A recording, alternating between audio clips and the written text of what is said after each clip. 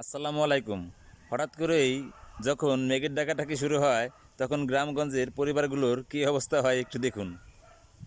সকালবেলায় ঘুম ভেঙেছে আমার মায়ের চিল্লাচিল্লিতে। বৃষ্টি এসে গেল, আমার ঘষি ভিজে গেল। ঘষি মানে এটি গোবরের ঘষি, অনেকেই বন্দা বলে, আমাদের গরু আছে। যাই হোক, ঘুম ভেঙে তাড়াতাড়ি হুড় করে দুই ছেলেকে নিয়ে ও ওয়াইফকে নিয়ে শুরু করে দিয়েছি কাজ। এইখানে আবার আরেক ঝামেলা, এখানে আবার খ্যারের পাল্লাটি পড়ে গিয়েছে, এটাও আবার নিতে হবে, নাইলে খ্যারগুলো ভিজে যাবে বৃষ্টিতে। তাই শুরু করে দিয়েছি। এই ছেলে, আমার ছোট ছেলে খ্যার নিয়ে যাচ্ছে। ওইখানে অনেকেই, আমার বড় ছেলে আছে, আমার ওয়াইফ আছে, আমার আম্মা আছে। যাই হোক, মা সব দিকেই খেয়াল রাখে। সে ঘষি উঠে এসে আবার এদিকেও এসেছে।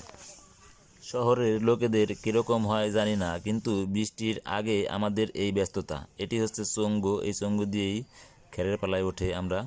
যাই হোক, এই খ্যারের পালাটি অনেক বড় হয়েছিল, হঠাৎ করেই পাশ থেকে পড়ে গিয়েছে। কিছু নোয়া হয়েছিল, এই কারণেই পড়েছে। ছেলেরা ভালো মতন নিতে পারে নাই। এখানে আমার ওয়াইফও আছে, খ্যারগুলো নোয়ার নোয়ার খুব দড়ি ধরে চলিতেছে। আমার ওয়াইফ এগুলো এক এক জায়গায় করে দিচ্ছে আর আমরা নিয়ে যাচ্ছি। যাই হোক, আমি আমার ওয়াইফকে কখনো ভিডিওতে আনি নাই, আজকে আনলাম, আজকে কাজ করেছি অনেক। আমার মাও আছে, আমার মা সে সব দিকে খেয়াল রাখে। সে ঘষি উঠিয়েছে, আবার ঘষি উঠিয়ে আবার দিকে এসেছে। এটি আমার ভাতিজা, ও বেড়াতে এসেছে, ও কাজ শুরু করে দিয়েছে আমাদের তড়িঘড়ি দেখে।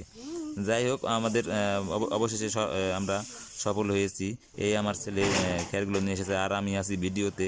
আমিও কাজ করেছি, কিন্তু ভিডিও তো করা লাগবে, ভিডিও ছাড়া লাগবে। বৃষ্টির অবস্থা, আমি আপনাদের গ্রামের এই বৃষ্টির আগের যে পরিবেশ তা তুলে ধরলাম।